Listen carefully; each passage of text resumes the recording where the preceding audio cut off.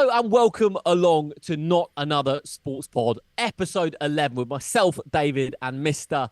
Ollie Wilson, chatting all things sport as usual. Myself, I'm in kind of grey Buenos Aires, at the back end of the Argentine winter. The early days of spring are upon us. And Ollie, in contrast, in the Northern Hemisphere, you are just seeping into a long, harsh winter, although apparently it's still all right in the UK at the moment. I mean, I'm staring out to a grey three counties sort of late summer, early autumn afternoon. So I think we're at similar crossings at this point when it comes to the weather. I think sporting wise, we're probably in a couple of different places in terms of our appreciation and our disappreciation for what's going on in the beautiful world of sport. I have to say though, I'm a home man, Windsor. I know you're an entrepreneur, a backpacker, a trekker, a man who's flying there with the Windsor flag out, ready to stamp it in the new piece of land that he finds. I'm a country bumpkin, mate. I like my home comforts and chilling in the pad. Right. Got nothing to add to that. Nothing to add to that. Bearing in mind, I barely left the tiny strip of Buenos Aires in my 5 years of coming here, Ollie. I'll take your opinion of me as an explorer all day long. Ollie, I want to start with a statement that's going to seem like clickbait YouTube nonsense, but I'm going to back it up with statistics and mathematics. Are you ready? Okay. The Premier League title race is over for Arsenal. Ollie Wilson's yawning at me now. Ignore those yawns and let me hit you with the actual mathematics of this, okay? Manchester City and Pep Guardiola have won 5 of the last six Premier Leagues. They've won 5 of the last 6 Premier League titles. They have averaged, over the course of 6 seasons, 91 points. The only side that wrestled the Premier League title away from Pep Guardiola was Liverpool. Liverpool won 26 of their opening 27 games of the 1920 season before COVID. Let me say that again because it's so absurd. Liverpool won 26 of the opening 27 Premier League games of the 1920 season. Then there was a pandemic. Then Liverpool went on to win the title. Manchester City will always win the Premier League title now, unless the 115 charges comes into play or Pep Guardiola leaves the football club. That's it. It's set in stone. They get 90 plus points every season. And Declan Rice's red card and Arsenal's subsequent dropping of 2 points means that the Premier League title 2024-2025 is over. It's done. It's finished for Arsenal. I take no glee in that. I get it, Arsenal fans. You'll listen to this and be like, shut up. What are you talking about? It's early days. Don't you remember when Manchester United came back against Newcastle in 1990? This isn't that. This is now with Pep Guardiola. And the Premier League title race for Arsenal, and probably for Liverpool as well, is done. Okay, it's finished. It's over. You can't catch them. I hate it as much as you do. I want there to be a 3-4-way title race until May. It's not like that anymore. Manchester City come out the blocks quickly, and they've won the title. And it's September the 2nd. So Liverpool are on 9 points. They've got no hope of maintaining pace. Arne Slot's going to just watch them fall off the radar as well. After an impressive victory over Manchester United, they're done. We're saying, 26 of 27 games you said Liverpool won. So Arsenal have dropped 2 points, but what if they go on to win the next 24 games? I mean, we're not... The hyperbolic nature of Premier League football is something that's utterly ludicrous, because we have no idea what is going to happen to this Manchester City side, whether it's going to be the charges that get them, whether there's going to be a devastating injury. You know, Erling Haaland's scored yet another hat-trick. He's averaging, a hat-trick every 9 games. It's a Premier League record. It's one of the most impressive centre-forwards that we've ever seen in the English top flight. Without a doubt, he is a born finisher. And that is what he does best. And that is what most of these sides need, really. They've got all the creative players around them, but they need a born finisher who's going to pick up 25 to 30 goals a season, pretty much guaranteed, to get them into it. Manchester City hold that card right now. But if injuries kick in at any point, this blows the competition completely wide open. And I don't think they can just go and pick and buy whoever they want, like a Real Madrid could, if they got into some sort of trouble in winter. They could throw the money at it, but Manchester City still doesn't really have that same lure and the glitz and glamour that could pull anybody in that it wanted to. It's not as appealing a name as Liverpool, I think, to go to. It's appealing a paycheck. That's about it. So the only way that City can avoid an injury crisis and buy their way out of trouble comes in winter, I don't think it's necessarily possible. There is still hope the Premier League title is going to continue because we are only 3 games into this season, Dave. And the beautiful thing about sport is we don't know what is going to happen with all of those other variables off the pitch and on the pitch that can cause problems. Who would have thought Declan Rice would see a second yellow card for that incident against Brighton and get that red, and therefore would affect Arsenal's game so much? What makes you think that isn't going to happen to City at some point this season? There are going to be moments like that come in and change a Premier League title race. It's undeniable that City are the best team in the Premier League, and it's horrible the way they've created that side and basically bought the Premier League, as so many of the other big sides have tried to do and have done in the past. And it's kind of ugly and boring that we're looking at this era of Manchester City dominance. It's even uglier that nobody's saying, well, this is as bad as when Italy had Juventus winning it 9 seasons in 10. Because it is. It's going to be horribly detrimental to the appeal of the Premier League. And somebody should look at this and go, this isn't good for the brand as a whole. While ever City is playing very aesthetically pleasing football, it's very easy on the eye to watch them. It's still frustrating that we don't really have a title race, it seems. It doesn't mean we've got a guaranteed side that could push City all the way this season. And the lack of parity across the board of the haves and have-nots continues to be there in English football and will always be there because of the money in it. But to say right now, after 3 games, that the season is done and dusted, Dave, I cannot abide by that. And I will, in the words of the great Newcastle manager himself, I will love it if one of these sides pushes Manchester City to the end of the season. Love it. So will I. So will I, Ollie. But it's just not realistic. It's not going to happen. The thing is that a lot of what you've spoken about there is the Premier League and league football before Manchester City. And what they've done is they've just added this additional layer of difficulty to everything. And as I say, like the 91-point average over the last 6 years is absurd. They've won 5 of those 6 titles. And it's just, we know exactly what they're going to do. This almost isn't about Manchester City because we know what they're going to do. They're going to get 90 points or thereabout. This is about Arsenal and Liverpool. And one of those 2 sides has to win like 24, 25 games on the spin. They're not going to do that. Arsenal's next 2 fixtures are the North London derby away, and then they're away at Manchester City. They'll probably drop points in one of those, and then it really is over. And actually, I think it might be a good thing for Arsenal because it means they can be like, okay, we can't win the league. There's 3 other cup competitions. Let's try and win something because we haven't done that in a few years. So I admire the optimism, Ollie, but I think it's done, man. I think the title race is done. And isn't this... I could be wrong. This is the saddest thing to hear in football as well, though, isn't it? Like somebody who genuinely loves the game, loves the sport. We were talking last week about sports memorabilia, a little bit kind of on iconic moments and what that makes and can create in a sports fan, let alone somebody that then wants to take that and try and earn some sort of professional living out of working in and around sport because you have that feeling and that emotion for it. And to look at a Premier League season after 3 games and go, it's over, and to genuinely feel that is one of the saddest things and one of the sorriest state of affairs that there could be in professional sports because it never should be over this early on. We haven't even played 10% of the games yet.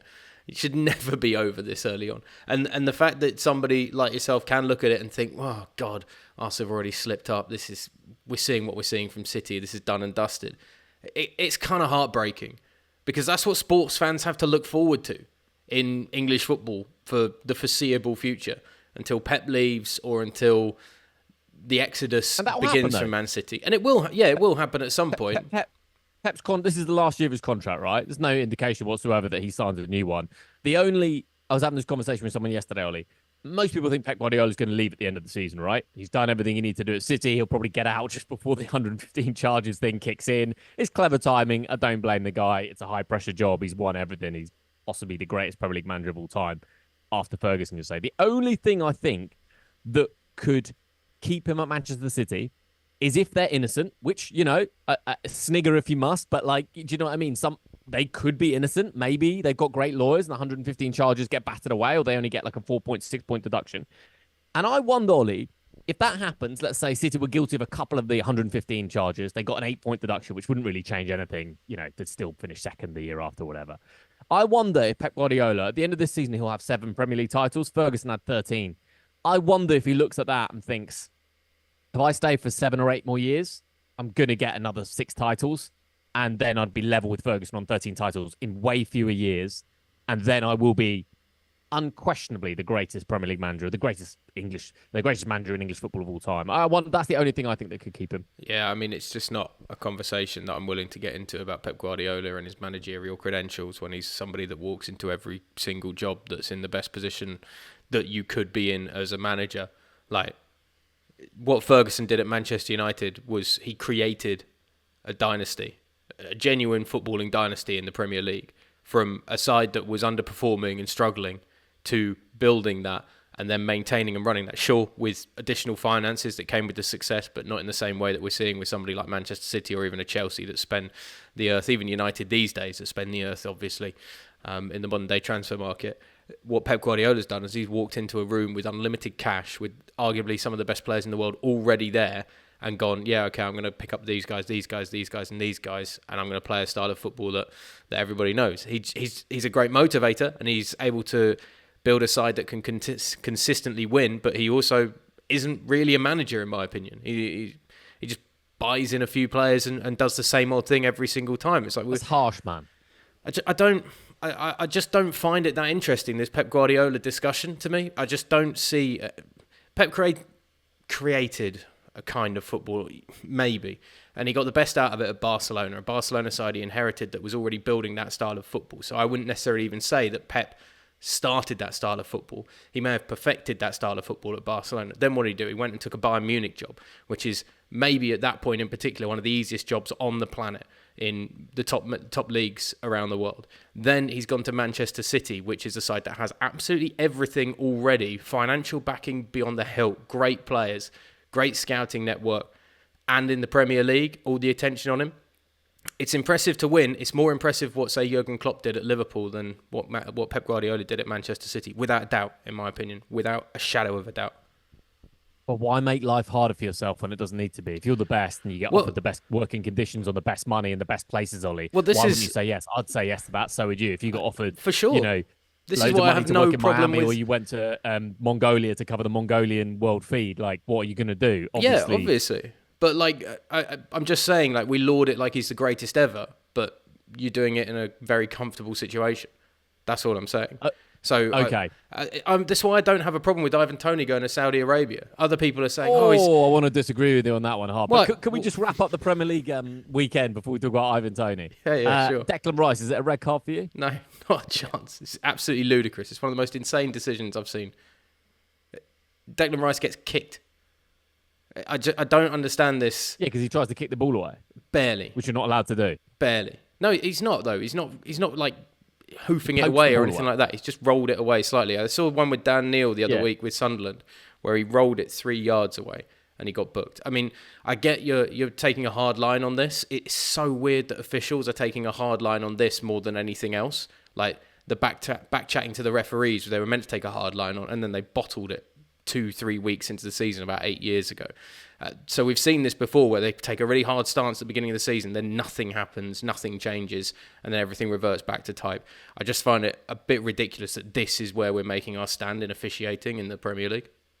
Foolish. So they're taking a very hard stance on players kicking the ball away, which is annoying. Everyone would agree that it's annoying when the opposition player kicks the ball away. By taking a hard stance against Declan Rice, who did try to poke the ball away, nudge it away, they've made an example of him. And it means that next weekend in the Premier League or after the international break, no Premier League player is going to do that because they're going to think, oh, shit, what happened to Declan Rice when he toe poked the ball away and he got a second yellow? So if you take that kind of hard stance, Ollie, I was going to say Starmer's Britain, like, you post the meme that he doesn't like. But you know what I mean? Like, if you take that hard stance, you can completely disagree with it. But what you're doing is you're trying to stamp something out in the future. Like, that wasn't about Declan Rice, that second yellow. It was about the Premier League and the rules and what's going to happen the rest of the season. And Declan Rice was just the silly boy who got in trouble. And by the way, all these Premier League clubs, they were told in the off-season, Ollie, that the rule is changing and we're going to take a much harder stance on this. And then if 3 games in you're doing that, like, I agree. If it's so soft, it looks absurd. It looks ridiculous. I agree. But we're talking about kicking the ball away that detracts from the playing time of the game, right? So we're not talking about a Declan Rice toe poke of 2 yards as the ball rolls away. We're talking about what should be stamped down and what they have and will, I'm sure, will do, because we don't see it actually that often in modern day football anyway, is the player hoifing it 50 yards down the field or into the stands or something like that. That's what this rule is brought in for. It's not brought in for the little tap away, because that's not actually adding any additional time onto the ball, or ball being back in play again, really. It substantiates to about 2 seconds or so, which, when you then consider the problems that we have with play acting, rolling around, diving, gamesmanship, stopping the ball when it's not a head injury, even though we have a rule that says that if a player is down on the deck, that we should stop it only if it's a head injury. These are the problems then that are adding more time. The one of hoiking the ball away has actually been snuffed out. So to take this hard line on this stance in the game it's bafflingly foolish to me, and it just requires a little bit of sense and sensibility from the officials. Erling Haaland. Which of the potential records that he's going to break throughout this season in his career are you most impressed by, Ollie? And I say that because, if he stays at City for 10 years, he'll smash Shearer's record. Hat-tricks in a single season. I think Shearer did 5. He's already on 2. Yeah, you could go on and on. Like, he's going to smash every single record going. But which of the potential records are you most interested by? Because I only asked that because I looked at that most hat-tricks by a professional footballer ever was Pele, and I think he's got 90-odd, or so he says. So, 90-odd in his career is something that Pele got, 90-odd hat-tricks, and Haaland's on 22 hat-tricks. And that was the one that I thought, okay, maybe he could become the professional footballer with the most hat-tricks ever. That would be the good one. But he's just what can you say? He's an animal. He's a ridiculous footballer.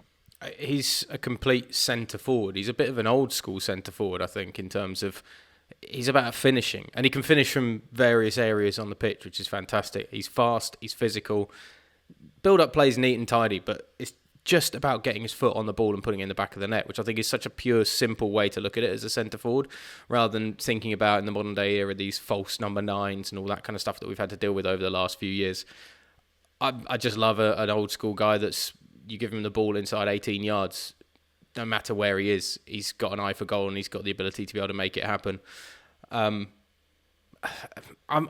don't care that much about records, if I'm honest, Dave. Like, the one for me would be if he becomes the all-time Premier League goal scorer in a single season, keeps breaking records like that. That's impressive to me. Silverware's impressive to me, though.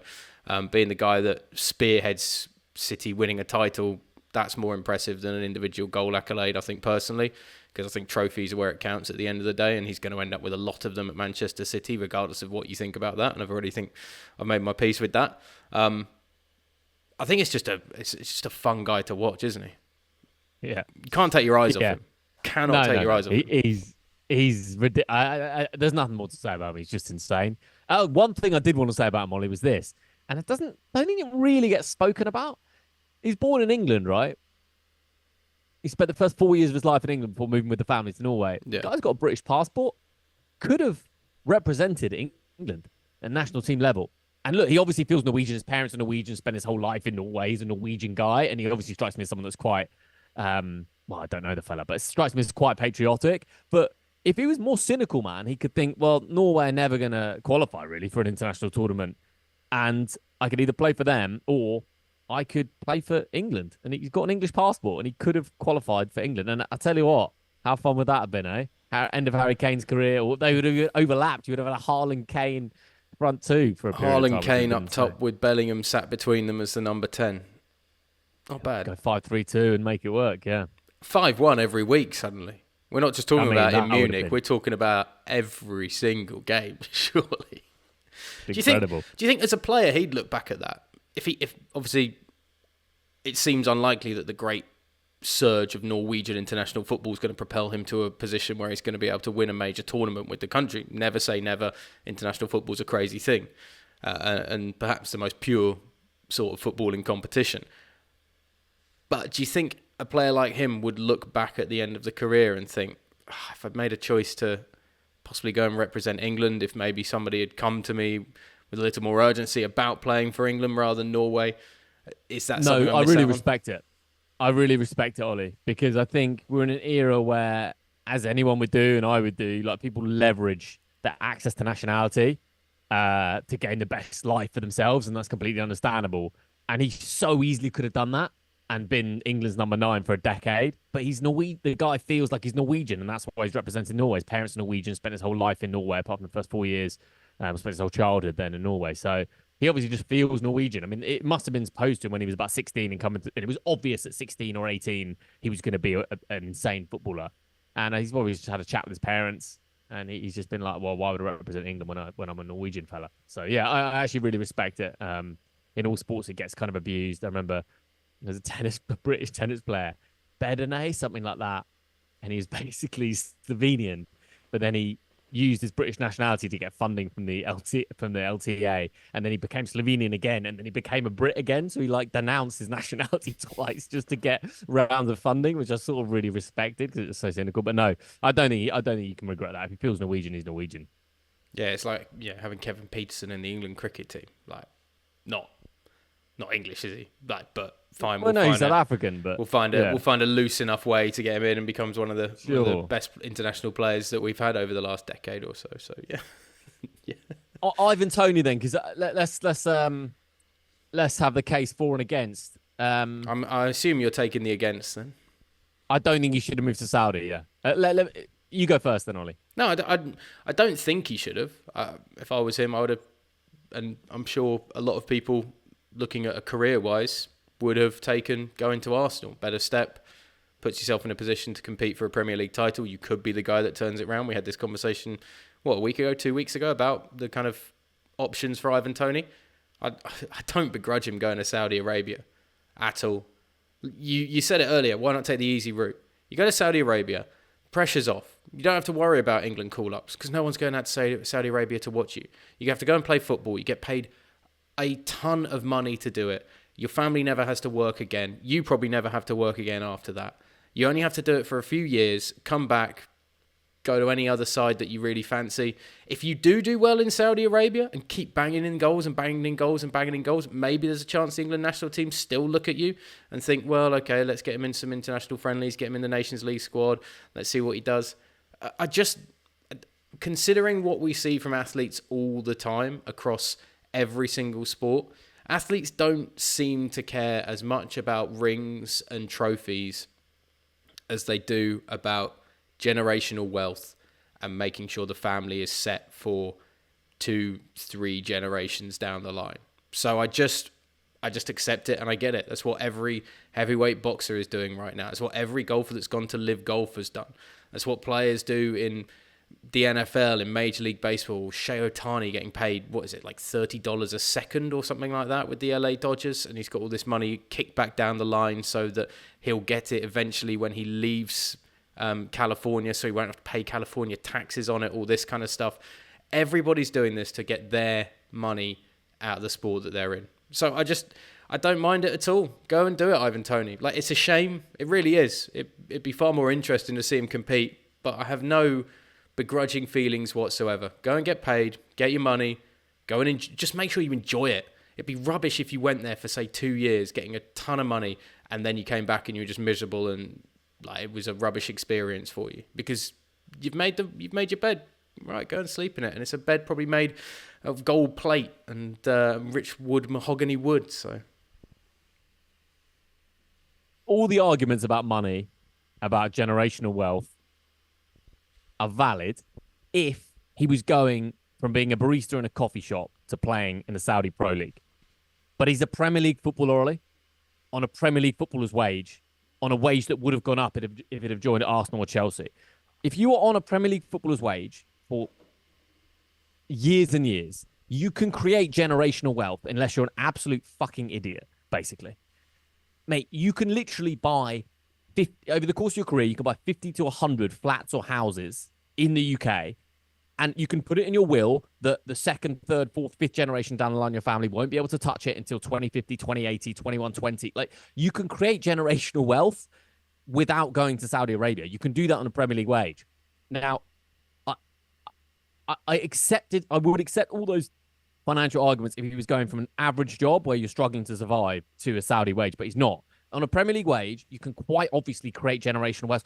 How much fucking money do you need the fourth generation of your family to have? Like, Jesus, just give them enough that they got a house and then they can go from there. Is it also like a curse to give someone 4 generations down like 10 million quid? Like, is that a curse? Where does their drive come from that? So, like, I think he should have been a bit more holistic. I also think he played minutes in the Euro 2024 final.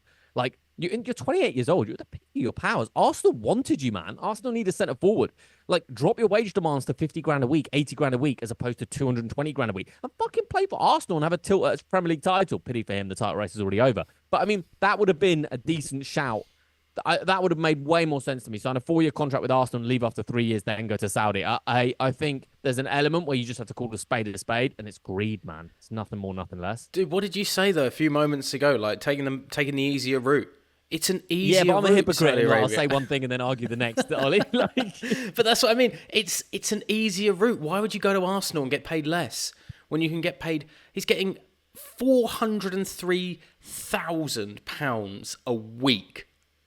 £403,000 a week. He could buy houses out where I live, a new house every single week if he wanted to. It's not a problem. So you talk about He'll generation. probably gamble a little bit of that away. So. Yeah, well, that's what the 3,000 there for. He's like 400,000, and I've got a $3,000 betting allowance every week. Mate, gambling's banned in Saudi, right? So in many ways, it's the ultimate rehab for him. It's perfect. Like cold turkey. But I just don't see, like, go and do it. Fine. That's yeah. Okay, but then he can't. I would say like you can't really play for England again. It's untaxed as well, so it's all going in the back pocket. It's not. He's earning the equivalent of £800,000 a week if he played for Arsenal. Yeah, I mean there'll be some outgoings and liabilities, but is it actually zero tax there? I think is it actually zero tax? I think the players have a special arrangement and sports stars and stuff like that because you're going there to help the Saudi nation, so to speak. So they see it as an investment. But I've heard a lot of rumours about, the kind of the stuff that Messi would have to do when he was at PSG in terms of like the owners wanting to ring him up at certain times so they can just show off to their mates that they have like Lionel Messi in their phone and like do FaceTime calls and stuff like that. So there are all those kind of rumours flying around of like the little boxes that have to be ticked, so to speak, in the contract that come with that sort of money. But at the end of the day, like, I'd take a phone call. I'd take a few phone calls and play a game of football once a week. Because for you, Ollie, that money would massively change your life. But for him, I don't like. Once you're earning a Premier League wage, mate, you like from Premier League wage to Saudi wage. Like, what are you really doing different? That money's already no object, man. If you're on 80, 100, 120, 200 grand a week, money's not. It's not a thing. Like, it's not. It's all your money problems are solved forever. But do you not think because it's not a thing, there's almost even less of an appreciation of, all right, well, just go and get as much of it as you can because I want it to always be not a thing and I want it to be not a thing for every single person, my kids, my kids' kids, my kids' kids' kids kind of thing. I just do understand the like self-preservation aspect angle of it. Go and do it for, as I say, like a couple of years on that amount of money, like, great. The pressure is off in life even more so. What happens if you go to Arsenal? You get, 120,000 a week. Great, awesome. It's phenomenal money that you get. But then you deal with the pressure. You deal with the pressure of everything that comes with it. Obviously, you pay tax, as you say there as well. You actually have to live up. He doesn't have to do anything in Saudi Arabia, and he's still going to get this. It's not going to come with like criticism in the same way like the English press and Arsenal fans are going to get at. They're going to expect performances. He can't just kind of walk his way through it. But even better for him, what if he ends up, usurping Cristiano Ronaldo as the best goal scorer in the Saudi league? Like, that works in his favour as well. Like, it's a story he can say if I had a season where I was better than Cristiano Ronaldo. I mean, there's just weird things that come with this Saudi gig. I'm just, fine, go and do it. It's a laugh now. The Saudi thing is just a fun laugh, and let's see who else goes and take the money. Oh man, is it a fun laugh though when you're sat in your marble compound and your missus is like, "Oh, I'm still in the UK because the kids actually have started the new school year in September, and actually like your mum's got a hip operation, are you coming back?" And he can't because he's got like. There's more to it than it just being like it's not. Well, that's the thing. It's a huge problem for the individuals, for the players in aspects. I was talking to somebody the other week who was who's been tapped up by a number of clubs and eventually has made a move to a club. But he was saying, like, why has this come? Like, I know I'm only going to be a backup at all of these clubs. They want me as a backup, but like, why are they leaving this so late? Like, now I'm less likely to take a move abroad because I haven't got time to plan it because I've got my wife and my kids and all this kind of stuff. And there are some footballers that will actually pragmatically think through that before even signing the contract or anything. But I don't mean it's a joke for the players. Like, they're going to have to go through those sorts of things. But that also is, I think, particularly at a younger age, is what you just accept as being part of the job. In the same way we accept that, sometimes you've got to stay up until 5 o'clock in the morning doing tennis from Asia when you're actually in central London. Like, it's just a thing that you have to accept is going to take place every so often. The difference is you get older, you get wiser, and you start to value your time more, and then you sit there and you realise that actually that isn't necessarily the place that you maybe want to be in, and you don't want to be on the other side of the planet, away from your family, away from your loved ones. But for a cash grab for 3 years, I think anybody's going to do it. All right, let's wrap up the Premier League stuff. I just want to talk. There might be a few other points you want to talk about, Ollie, in terms of the Premier League weekend. But just quickly on Federico Chiesa, I know this was a week ago now, really. But just because we both sort of followed Italian football in different stages of our life, I mean, there's a reason he's 10 million quid, right? Juventus didn't trust his body at all. No Italian club would take that kind of risk on those wages. But 10 million quid these days for a player of Chiesa's ceiling, ooh, it's a lovely little gamble. It looks really nice. It looks really nice for Liverpool. As in, cool, yeah, we went and got this guy. And look, he's a name. He's got storied family history in football of success. It's a bargain. It's a free hit in Premier League money. It's not for Serie A, for Liga, but for the Premier League it is. We've already discussed how much money's flying around the Premier League and everybody's on generational wealth anyway. So picking up a player for pennies on the dollar, basically, who could, if his body is able to hold up, if you've got a way to rehabilitate him to make sure his body is going to be okay to finish out a full season. He's a wonderful player when he's on song and in full flow, Chiesa. And I had high hopes for him this summer with Italy. It didn't really come off at all for the Italians, but I've always got a belief there's a great player still in there, just waiting to be restored. Maybe he can be restored in English football, but it's a lovely commercial move, I think, more than anything else. As branding, it looks like, look, we're not spending loads of money, but we're bringing in effective players. Let's actually see. Let's wait and see. The reason I think it could work are two reasons. First of all, I didn't realise he went to an international school and speaks absolutely beautiful English. Didn't really realise that. Secondly, at Juventus and in Italy, it would be very much, I know Allegri kind of ruined him with his style of play, but if he moved to another Italian club, it would have been like, we bought Chiesa, you're starting every game, go on, go and win us the game, Chiesa. And like with Liverpool, he doesn't actually have to do that. I mean, he'll presumably be playing on the right when Salah's not playing. So Salah comes off 75 minutes at Anfield, you throw Chiesa on.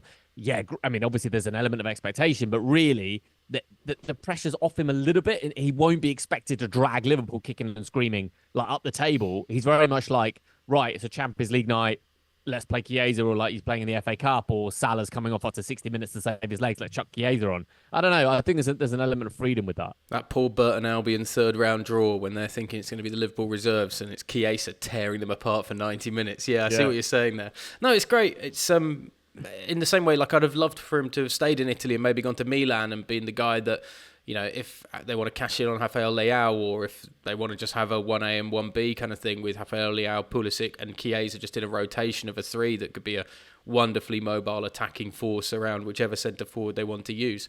It would have been great, and I just want to see good players playing good football. I'd quite like to see them staying in other countries as well. I don't want to see every decent player coming into the Premier League, because at the end of the day, we see less and less of them because there'll be more squad rotation and bigger squads. So therefore, we won't actually see that many minutes from Chiesa this season, I imagine, particularly in a starting role. But yeah, it's a neat move for Liverpool. It's fine. It's a great piece of backup work, and they've got a pretty good record with transfers over the last 5 years. There's not too many complete duffs that they've picked out. So even with Arne Slot, you imagine the people behind the scenes are helping him out as well, and keeping that kind of Klopp transfer policy running on through the club. So, all right. Any other sport then, Ollie? You got written down. You got some F1, NFL, tennis, Haka, Olympic rings. Where do you want to start, my friend? I want to start with the Haka actually, because this is a really interesting one to me. The Haka obviously is the kind of Maori war dance that is done by the New Zealand, Fijians, the Samoans, etc. before sporting events. I mean, it's mainly synonymous with rugby, obviously, because we see the All Blacks. It's like the showpiece before the game begins, if you will. And it's a key part of the tradition of the Islanders, right? And I think it's a wonderful thing to do. There was an interesting moment this week when New Zealand played South Africa, and South African rugby union officials have apologised to New Zealand for a highly regrettable disruption where during the last few moments of the Haka, and I actually think this is just freaking hilarious because the Haka is revered so much as this, as I say, this kind of war dance before going to battle, and somebody inadvertently got the timings wrong and set off the music, fireworks, and a flyover from a freaking giant A380 double-decker plane over the last few moments of the New Zealand Haka, which is amusing to me, but apparently not amusing to rugby officials or to New Zealand, who felt it was, disrespectful, which I understand. My question to you is, Dave, it's a war dance before a competition, before going into battle. Why on earth should the opposing nation stand there to be intimidated? Because it's done as a method of intimidation, right? That's the tradition behind it. It's meant to intimidate the opposition. And it is ferocious. There's nothing better than one of those nights under the lights in Auckland when the British and Irish Lions take on New Zealand. And the stadium is silent except for the Haka taking place. And you've got the steam coming off all the bodies on those cold nights in the Lions tour. And it looks and sounds phenomenal. But the idea is to intimidate the opposition. And rugby nations in particular get in trouble for England once turned their back on the Haka. And there was huge outcry about that, about how disrespectful it was. And it's like, well, no, you're trying to intimidate us. So we're not going to be intimidating. The same way that we've had nations, I think the French stepped forward and stepped to the New Zealanders after they did the Haka, and that was considered like, so disrespectful. But you're stepping up to me with a war dance. So why on earth can't I inadvertently set off some fireworks and music and have a giant A380 over to take the add a comical edge to your supposed war dance and show we're not intimidated? I just don't understand it. There's being disrespectful, and then there's allowing yourself to be intimidated by what's in front of you. This is what I think about it, Ollie.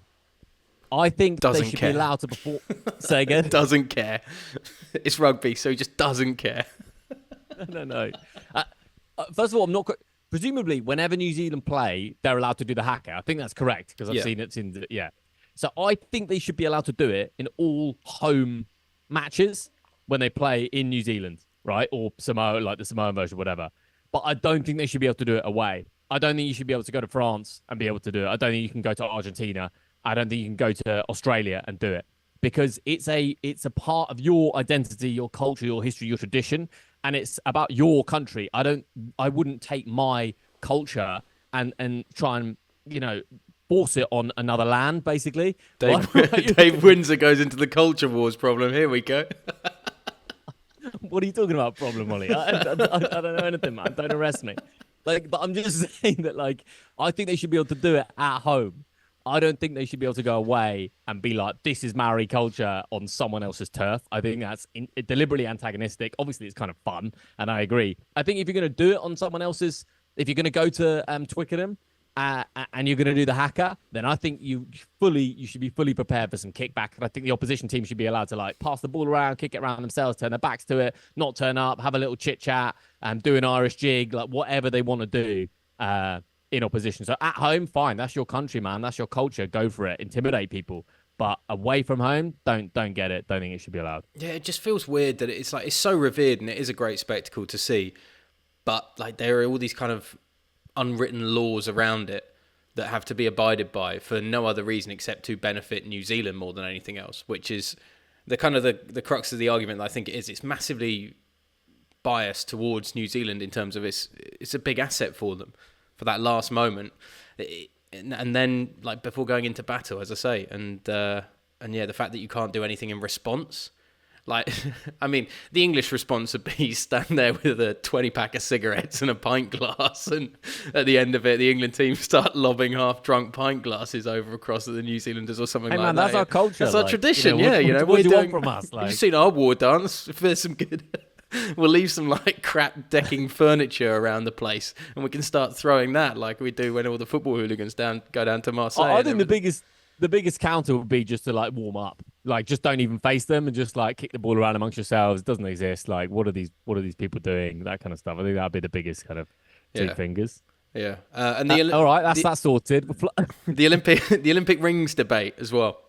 Explain this to me. I missed this. So you were a big proponent, obviously, of Greece being the sole nation that can host the Olympics, I did see right? this. Yeah. And the Parisian mayor, I think it is, has said that she is going to keep the Olympic rings on the Eiffel Tower after obviously the Paralympics taking place, but they will remain after the Paralympics, seemingly forever. No, like, we're going to leave them up for a few weeks or something like that. They're going to replace the current ones that weigh too much to be there on a permanent basis with the lighter steel version and have those hanging off the Eiffel Tower, which the family of the designer of the Eiffel Tower have kicked up a bit of a fuss against and said, this isn't the correct way. The Eiffel Tower is not built for advertising. It's not part of your kind of mayoral national propaganda, if you will.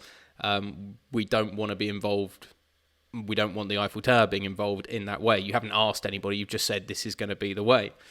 And I find it quite interesting. The mayor said that she wanted the rings to remain because she wanted to keep the positive nature around the Olympics running for as long as possible in Paris. The idea that, somebody cuts you up, but then 2 seconds later you drive past the Eiffel Tower, and instead of swearing at the guy in front of you for cutting you up in the street, you go, oh, when the Olympics, great. Oh, I'm just so relaxed now. Because you do get, when you host these major sporting events, there's nothing better than being in a country hosting, say, the World Cup, when it's just in one country. I cannot stress that enough. Just in one country. It's great because the whole country kind of gets behind it and feels involved. And, you can be in a bar in the middle of nowhere in France and still everybody's got the Euros on. Every single game is on in the little tobacco in the square, and you sat outside and everybody's into it because France as a nation feels like it's representing itself by hosting the tournament. And I'm sure the Olympics is the exact same thing, and the Olympics obviously comes with even more positivity and inclusivity than major sporting events, other major sporting events around the world. I don't know about holding on to the rings onto the Eiffel Tower on what could be a permanent basis to try and keep that feel-good factor going, because I don't think it works.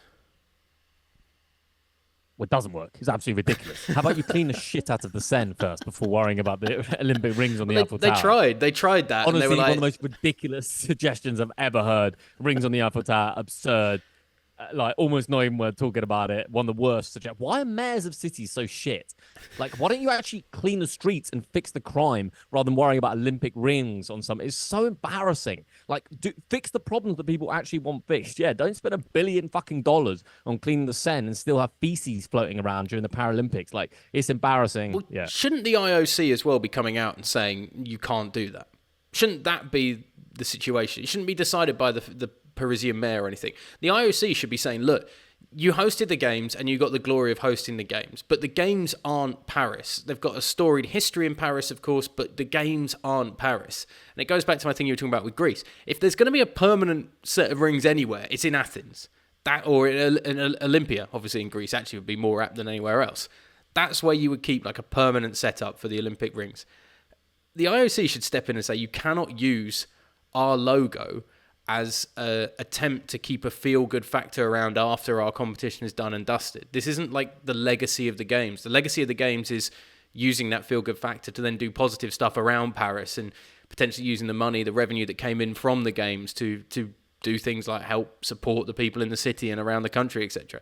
The legacy isn't, well, let's keep a logo up because it's cool and it will look good for us and people around it will be less stressed out when they look up and see the Olympic rings. I think people would probably be more annoyed because every single one of those Eiffel Tower photos would be absolutely ruined by, I want to see this iconic building. I don't want to see an iconic building with the Olympic rings on it anymore because it's not the Olympics, especially once we've got 4 years' time and they're hosted elsewhere in Los Angeles. 100%.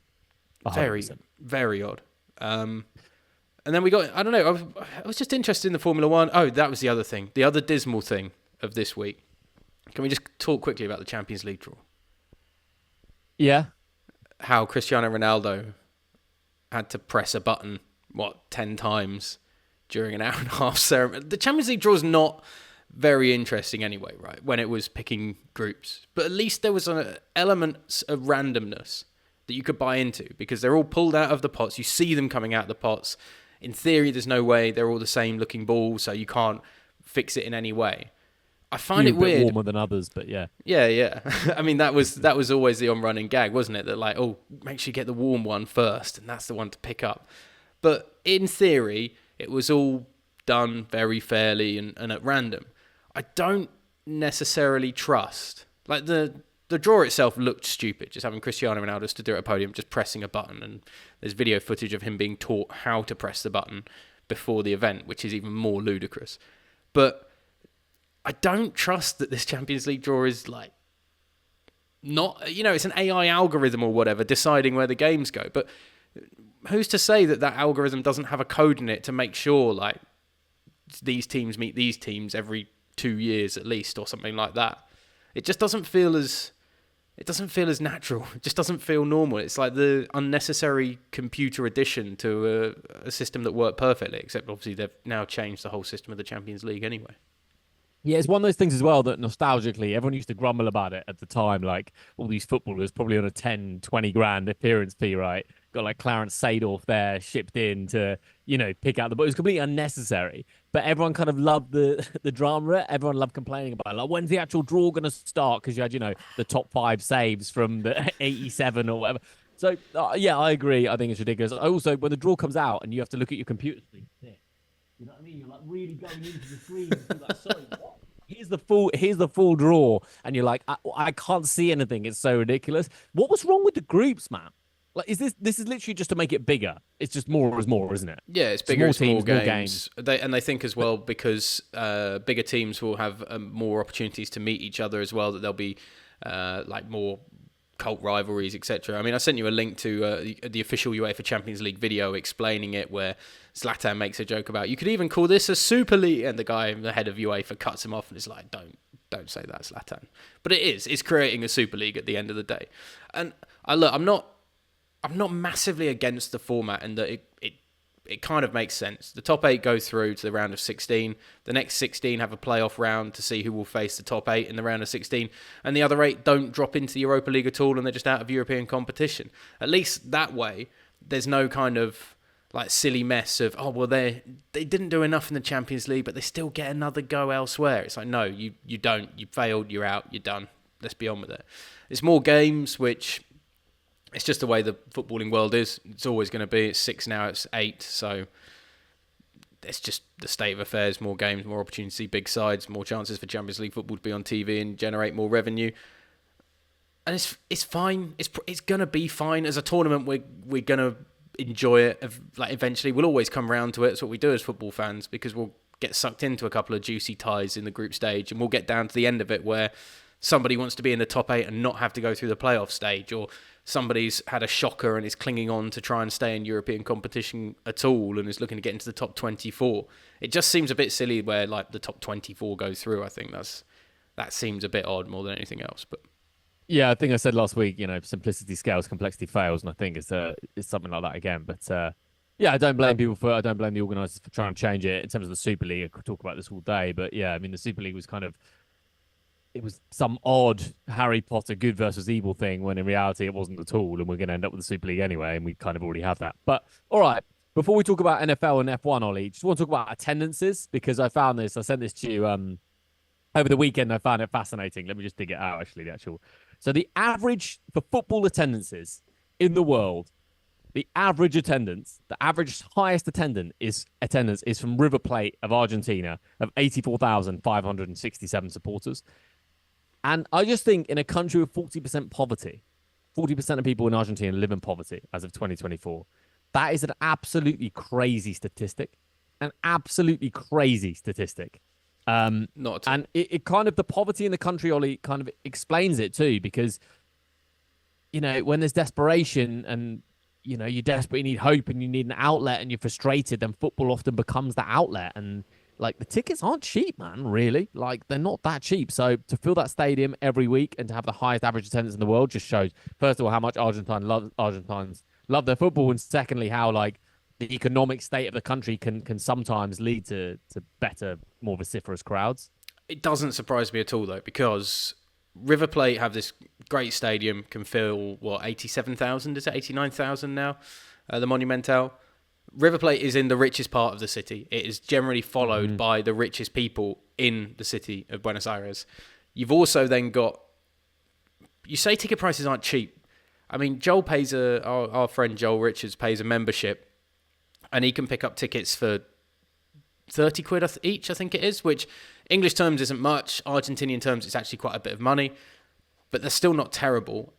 But the fact is that the season tickets aren't that expensive, particularly if you're already a member and you're paying your membership. And these season tickets gets passed down through the supporters and their families for year after year after year. Because it is that membership style, and they've got over 200,000 members plus however many on waiting lists as well to join the club, and the majority of the tickets are season ticket holders, actually having that high attendance when it's pretty attainable for at least 100,000 people in the city of Buenos Aires, it doesn't surprise me too much. What's interesting is, and it kind of highlights more than anything else my point that they are the exception that proves the rule, because there's not a single Argentinian side anywhere close on that list either, because they don't have the grounds, they don't have the capacity, and they don't have the rich inherent following. And Real Madrid are like the Manchester United, or I guess modern day Manchester City or Liverpool of Argentinian football. It's the biggest club, apart from maybe Boca. They have the weight of the name more as much as anything else. That's always going to keep supporters in the ground. It's a great point about being in the most affluent part of the city. I mean, we talked about this in previous pods on South American football, but from the Monumental, you could feasibly leave the Monumental at midnight after a game, Ollie, and walk basically home anywhere in the north of the city, and you'd pretty much be fine, to be honest, unless you're being an idiot. Like, you're on the northern strip of the city, there's people about, you're into Palermo, or like you could walk down to Recoleta. Like, it's pretty safe. So yeah, it is the richest part of the city. It's also fascinating how the Monumental is used for so many different things. I think like Taylor Swift did a concert there, and there's concerts and events and all these kind of, it's a hotel involved in the thing as well. And La Bombonera is literally like Boca Juniors play football here, and that's it. Like, so it's two different clubs. I mean, you look at what is a stone's throw from the Monumental, and that is the giant polo complex and the giant horse racing equestrian club. So when you're in that part of the city, you are in the moneyed part of the city, except for maybe down towards Recoleta, which, as you say, is still a walkable distance. It's a long walk, but it is walkable if you need to. Hour and a half, yeah. And it's like you've got the Belgrano area that's new money or newer money. You've got the Recoleta area that's old money, and then you've got the hipster Palermo area that is the kind of combination of the two, and everybody's just trying to live like they live in Hackney in London, I think. So, which is why it's perfect for anybody who's perhaps working on some sort of football product out there in South America. But I do think it's great, at least that of all the sides, that wouldn't be the first one that would pop into my head. Looking at that list, the list that goes River, Dortmund, United, Inter, Milan, Real Madrid, Tractor in Iran. Is that AS Roma, Marseille, and Tottenham? Now, the Iranian side is an interesting one to me, especially as it's 70,000 on the head, like exactly. Which is like, is that selling out a 70,000 seater stadium every single week? And there's exactly 70,000 seats in that stadium? Because I don't know a stadium that is exact capacity number. They're all 49,322 or something like that. I'd love a little fact check on the figures provided by the Iranian league attendance. I'd say there. I don't want to cast aspersions about our good friends in Iranian football. That's a very like Putin 93% approval rating or something like that, isn't it? What I'm surprised could be wrong. Milan and Inter are so high up on that list as well. The number of times that the top deck isn't open at San Siro, and we see a kind of sparsely populated San Siro, and particularly over the last few years, it's got a lot better, but with them being able to compete for titles. But in the dominance of Juventus days, there were some games where you were lucky to get 30,000 in a Milan game if they were playing like a Cagliari or someone like that. So to have an average attendance now of around about 70,000 for both of those clubs is immensely impressive. All right, Ollie. Closing in on an hour. Let's okay. I'm gonna stick with you. F1. Oh no, I'm gonna stick with you on the NFL, mate, because this has got a link into South American football that you might enjoy. Okay. So the NFL season kicks off this week. Thursday night we have... God, I can't remember. This is how off I am on my NFL this season. I think it's the Chiefs will be the opening game of the season against the Baltimore Ravens on Thursday night. But Saturday night we have the first ever game of a regular NFL schedule played in Brazil. And so the Green Bay Packers play the Philadelphia Eagles in Corinthians' stadium in Sao Paulo. One of the biggest clubs in the world, one of the fiercest rivalries in Brazilian football with Palmeiras. So much so that Corinthians fans have kicked up a huge fuss, because both the Green Bay Packers and the Philadelphia Eagles are predominantly green in colour. Both their home jerseys are green jerseys. which is a terrible idea from the NFL to have picked these two teams to go down there and play this game when the Corinthians fans are so vehemently against any green being worn in their arena. And I would dare suggest that there have been discussions that there could be problems of fans wearing green in that area. Now, the Green Bay Packers are kind of stuck because they have decided that they are going to wear their green jersey with the yellow trousers. That is the traditional Green Bay colorway. The Philadelphia Eagles, on the other hand, have been really smart about this. So rather than in American football, one team wears their coloured jersey, which would be for like the Vikings purple, for the Green Bay Packers green, for the Philadelphia Eagles green, and the other team has to therefore wear a white jersey. So there's a clear contrast, no clash of colours.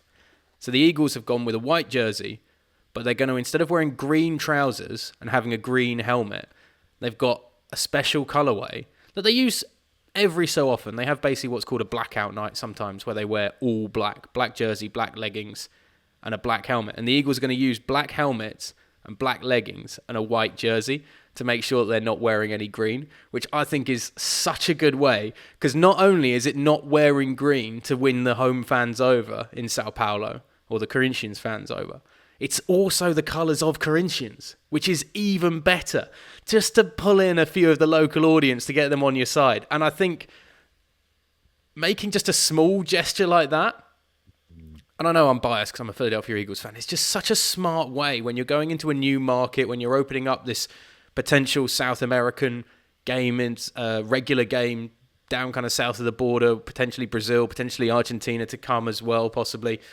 just to make that little step of reaching out the olive branch of peace and saying, yeah, okay, we'll put away the green this week. We'll go in all black. This is how we're going to work. Really smart. And a really easy win. Like, it's not too much hassle for them at all, and a really easy win. What's the end play, Ollie, with NFL sides, or like this has presumably come top down to play matches all over the world, obviously to create a more global brand and global audience? Is it that simple? What's the end game here? The US market, I feel, is becoming slightly saturated, and were it not for Taylor Swift dating a very prominent NFL player now, Travis Kelce, they would have struggled with not dwindling audiences. The NFL is still the biggest watch sport by a mile, despite what some political leaders in the US want to suggest. But they saw a huge boost in numbers in the female demographic and the young female demographic because of the links with Taylor Swift, for instance. But over the last few years, there's been an idea that, are they reaching a saturation point potentially in the US? Have they hit the numbers that they can hit? Where do you go from here? Because as we know, every single thing needs to keep growing and growing. You can't have stagnation. So that's why it's then, right, move games out into England. London's perfect, major hub for Europe, brings in the fans. Get games down into South America. We want to breed a fan base of longevity. We don't want a one hit.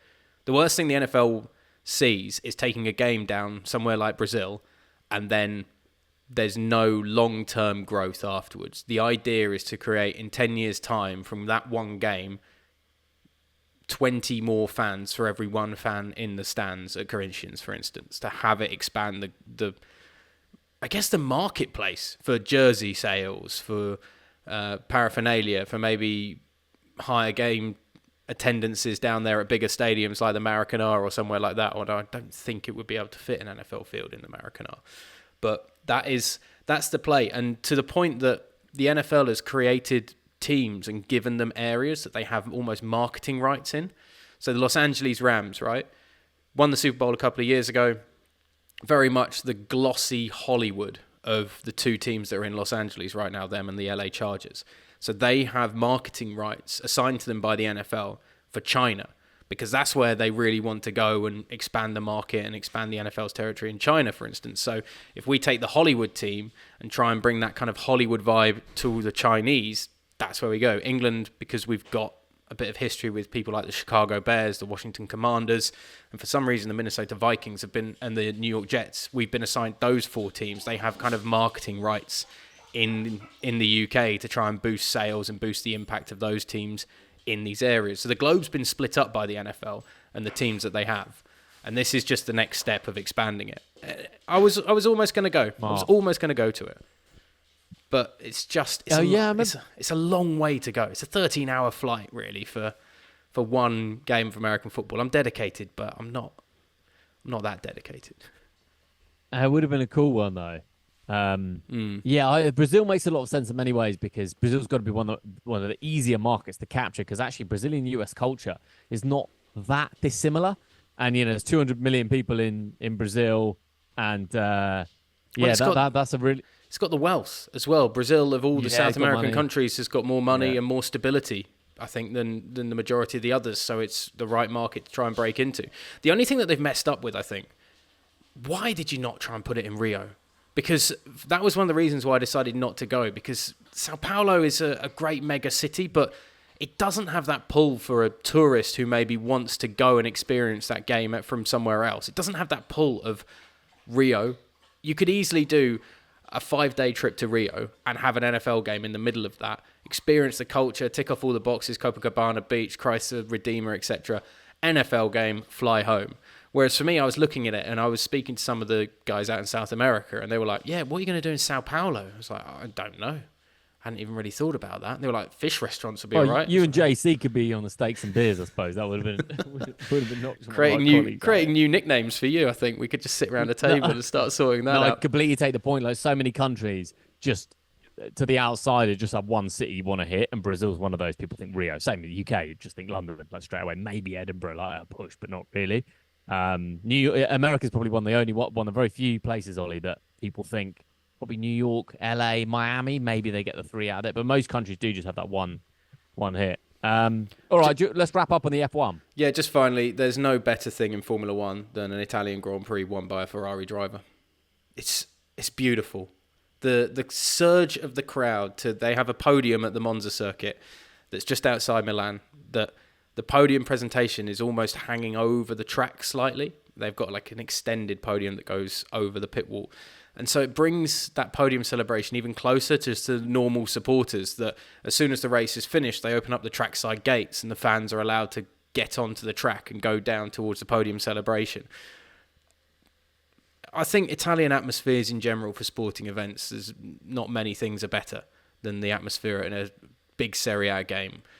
Monza has to be up there. I think it's one of a bucket list of just go and experience it. And if you're lucky enough to see a Ferrari driver win it, the flares, the flags, the Ferrari banners, absolutely everywhere. And the noise as well. You were at the Monza Grand Prix last year, Ollie? No, I didn't. 2 years ago, was it? No, I did Zandvoort. I did the Dutch Grand Prix. No, but when were you at? Oh, yeah, but... Okay, yeah. But we met in Monza. No, in May 2020.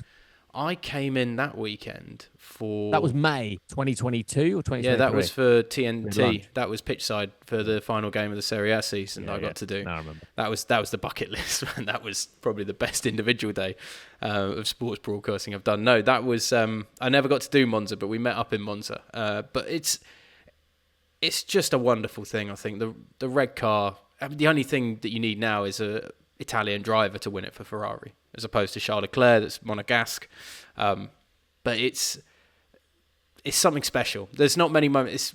Seeing Max Verstappen winning Zandvoort doesn't have the same panache as seeing a Ferrari driver win in Monza. It's a bit like, I guess, England winning a World Cup in Wembley. It's that kind of feel. It just, everything feels right. If you were to design the perfect way to win it, that would be the perfect way to win it. And having Ferrari come from nowhere as well, unexpectedly winning, was a wonderful piece of decision-making on the pit lane to go for a one-stop strategy this week when the McLarens went for a two-stop in a much faster car, and to hold off the two McLarens that were closing in on him and to win it by like 2 seconds. Just beautiful. Absolutely beautiful sporting moment. Finishing with some positivity, Windsor, I think. Yeah, in a different world, Ollie, if you weren't a broadcaster, you'd have been great in like sports PR, I reckon. Just that, like, just real, like, authentic. Do you know what I mean? Like selling sports to the masses. I think it would have been a great little second career choice for you. I'd have been front and centre at that PR board at the Etihad Stadium for Man City. Just, I know how to sell this club to the people. Don't you worry about it. Don't worry about the transfer irregularities. Make those charges disappear. Just wondering, we didn't talk about Man United 0 Liverpool 3. Did you watch it? Yeah, it's a big game at the early part of the season. These sides are going to play very differently at various points of the year. It's a great result for Arne Slot. Of course, gets them on side. United weren't at their best. United will get better, particularly when they have a decent left back in, when Luke Shaw comes back in. Zirkzee needs some work. What about Ten Hag? Yeah, A lot of people were Should he be surprised. there? A lot of people were surprised that he stuck around. So, but he's staying, so he's going to have at least 6 more months in the job. He's not going to be going now because he's lost to Liverpool. I mean, this kind of ludicrous idea of suddenly he shouldn't be there or anything. Like, yeah, not the case. Won the FA Cup last year, had a great end to the season, going to stick around. Whether he's out of 2 his trophies, depth. 2 seasons. I mean, Yes. what? Apart from Man City, every other club in the world would take that. Like, you know, or maybe Real Madrid. Like, you know, a trophy a season. That's always the aim, isn't it? I don't think you can get rid of him. But do I think he's the man that's going to lead Man United back to titles and Champions League? No, absolutely not. But I think he's a trophy machine. Do you see a man that's able to do that at all, though? Because United, I mean, we were slagging off Manchester United's under-21s because they didn't put a team sheet out until 4 minutes into a game that I was covering a few weeks ago. And I inadvertently said to a United fan, yeah, but United's a well-run club. You'd have thought they'd have the ability to put a team sheet out for their under-21s when they're playing a senior team in the EFL trophy that night. And everybody went, United's a well-run club. And I was like, oh, yeah, that's just a silly thing to say now, isn't it? Because it's not. And that's the problem. It's just not well-run off the pitch. So Ten Hag can be there. Most managers could be there. I don't think anybody is in a state to take United back to what they were because of everything that's happening away from the club.